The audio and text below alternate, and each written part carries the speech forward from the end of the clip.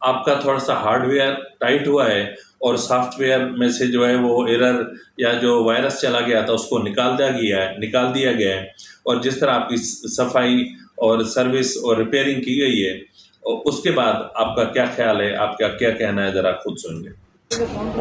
I have been arrested. ایک minute, نہیں یہ میرا رائٹ ہے، یہ میرا رائٹ ہے، نہیں بات کرنے میں کیا دس از مائی رائٹ، نہیں ہوا کیا آپ کے ساتھ دس از مائی رائٹ. جمیل؟ نہیں بات سن لیتے ہیں، اس میں کیا؟ ہاں جمیل، کوئی پریشانی کی بات نہیں ہے؟ ہوم منسٹری کے آرڈر پہ just because I am speaking the truth کوئی پریشانی کی بات نہیں۔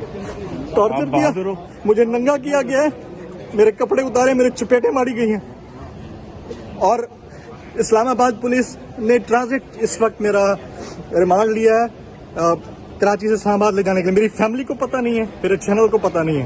آپ پلیز یہ بات پہنچائیں. آپ بالکل پریشان نہیں ہو، پوری قوم آپ کے ساتھ ہے، پورا پاکستان آپ کے ساتھ ہے. آپ بس بہادری کا مظاہرہ کریں، انشاءاللہ آپ انصاف کریں، انشاءاللہ ہم بھی بارے میں انشاءاللہ. اگر آپ میں برداشت کرنے کی ہمت نہیں ہے، برداشت کرنے کی طاقت نہیں ہے، آپ کچھ سہ نہیں سکتے، آپ چلے ٹھیک ہے، آپ کی جو ہے وہ کسی بھی سیاسی پارٹی کے ساتھ وابستگی ہو سکتی ہے، کوئی ایشو نہیں ہے. صحافی جو ہے وہ بھلے صحافی ہوں، لیکن دلی طور پہ ان کی ہمدردیاں کہیں نہ کہیں اٹکی ہوئی ہوتی ہیں. بالکل نیوٹرلز جو ہوتے ہیں، نیوٹرل صحافی جو ہوتے ہیں وہ بہت ہی کم ملتے ہیں. لیکن آپ کی بھی ہمدردیاں ہیں، اور آپ نے اپنی ہمدردیوں کا اظہار بھی کیا ہے اور کھل کے اظہار کیا ہے. لیکن آپ کو پتہ ہونا چاہیے، بتا دیا گیا تھا، پچھلے کافی دنوں سے یہ ڈسکس چل رہا تھا، اور اس میں ایک ریڈ لائن کھینچ دی گئی تھی کہ یہ ریڈ لائن ہے، اس کو عبور مت کریں. تو آپ نے ریڈ لائن کو نہ صرف عبور کیا بلکہ آپ نے حد کر دی. صحافی کا یہ کام نہیں ہے، صحافی اس طرح نہیں کیا کرتے. ہمارا کام زبان ہے، ہمارا کام قلم ہے. ہم ہمارے اپنے ایکسپیرینسز ہیں، یا جو ہماری اپنی رائے ہے، یا جو ہماری اپنی تجاویز ہیں، یا جو ہماری اپنی سفارشات ہیں، ہم وہ اپنی زبان کے ذریعے، اپنی تحریر کے ذریعے ہم لوگوں تک پہنچا سکتے ہیں یا ایوانوں تک پہنچا سکتے ہیں. فیصلہ انہوں نے کرنا ہے، فیصلہ عوام کے ووٹ کے طاقت نے کرنا ہے، فیصلہ ایوانوں میں قانون سازی کے ذریعے کیا جانا ہے، فیصلہ سڑکوں پر نہیں ہوگا. لیکن آپ کو یہ اندازہ ہونا چاہیے کہ آپ کی ان حرکتوں کی وجہ سے صحافت بدنام ہو رہی ہے، صحافی رسوا ہو رہے ہیں.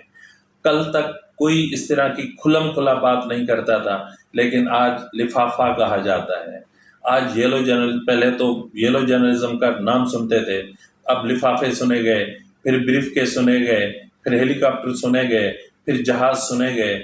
لیکن مسئلہ یہ ہے کہ یہ سب کچھ کیسے ہوتا ہے، یہ آپ کر سکتے ہو، آپ کو پتہ ہے، آپ جانتے ہو. اگر آپ یہ سب کر سکتے ہو اور سب جانتے ہو تو پھر آپ میں برداشت کی طاقت بھی ہونی چاہیے، آپ کو برداشت بھی کرنا چاہیے.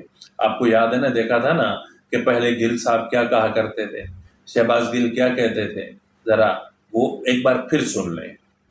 کہ چیف سیکرٹری اور آئی جی شریف آدمی ہے، لکھ دی لعنت ہے ہو جی شرافت ہے. سو راؤ غلام صاحب، آپ کو شرم آنی چاہیے. آپ اگر اللہ آپ کو لمبی زندگی دے، آپ فوت ہو گئے، میں آپ کی قبر پہ بھی آ کے پریس کانفرنس کیا کروں گا. دلے تو پہلے بکتا ہے، بات کرتا ہے، پھر دلہ ہے تو سیاسی دلہ. میری منتیں کی تھی کہ نہیں دلے. صفدر دی بڈھی مریم نو میرا اج پیغام ہے، وہ جڑا یتیم 1500 روپیے مہینے تے رکھیا ہویا ہے، او دی رن مریم نو میرا اج پیغام ہے. اگلی باری یہو جی تھکی ہوئی حرکت کیتی تے میں اوتھے تواڈے گھر دے سامنے آ کے پریس کانفرنس کراں گا.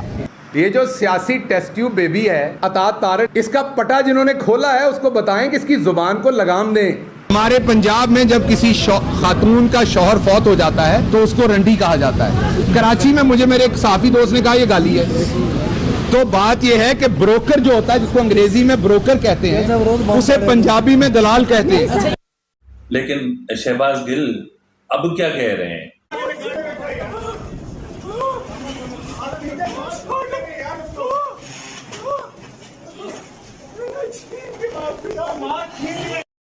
آپ کو پتا ہے کہ گزشتہ روز شہباز گل جو جس طرح کورٹ میں پیش ہوئے، وہ اس نے خود کہا کہ پولیس نے مجھے کہا کہ آپ کی ضمانت ہو گئی ہے، چل کے مچلکوں پہ دستخط کریں.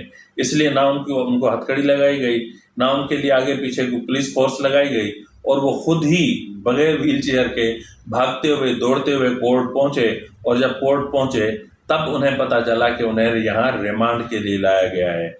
یقیناً اگر انہیں پتہ ہوتا کہ انہیں ریمانڈ کے لیے کورٹ لے جایا جانا ہے تو وہ اتنے بیمار پڑ جانے تھے اور اس کو اتنے امراض پیدا ہو جانے تھے اور اس کی حالت ایسی ہو جانی تھی کہ پھر مجبوراً انہیں اسٹریچر پر لے آنا پڑتا اور پھر یہی معاملہ یہیں لٹکا رہتا۔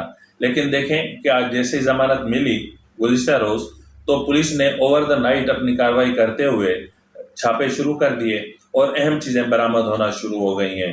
اب سوال یہ ہے کہ یہ ریڈ ڈائری کس کی ہے اور یہ ریڈ ڈائری کتنے راز کھولے گی، اور بہت کچھ ہوگا۔ ناظرین، آج جو کچھ عدالت میں ہونے جا رہا ہے یا جو کچھ الیکشن کمیشن میں ہونے جا رہا ہے یا اس کے علاوہ جو کچھ ہوگا اس سے متعلق بھی ہم آپ کو آگاہ رکھیں گے، لیکن ہم آپ کو اتنا ضرور بتا دیں کہ 25 تاریخ کے بعد فوراً بعد جیسے ہی عمران خان کی ATC میں ضمانت کینسل ہوتی ہے تو عمران خان کو اسی وقت گرفتار کر لیا جائے گا، جبکہ عمران خان کی گرفتاری کے لیے اور بھی اسباب بہت ہیں اور بھی FIRs داخل کی جا سکتی ہیں۔